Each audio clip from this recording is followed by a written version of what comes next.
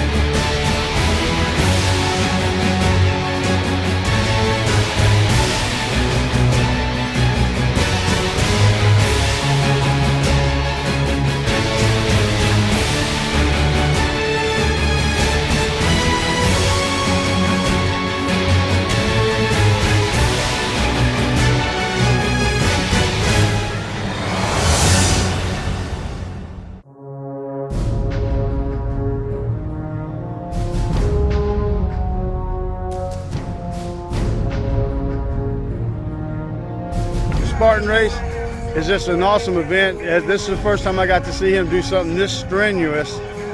He's done a lot of things, but nothing this time-consuming or strenuous. And he pulled it off like he had legs himself.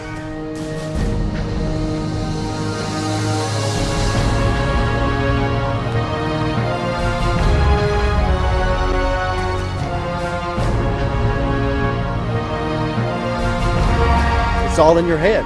You know, a lot of people tell me, they're like, oh, I want to do this, I want to do that. Well, you know what, you got to do it. There's no want. You just either you do or you don't. There's no excuses. That's why he does what he does. There's no stop to my son.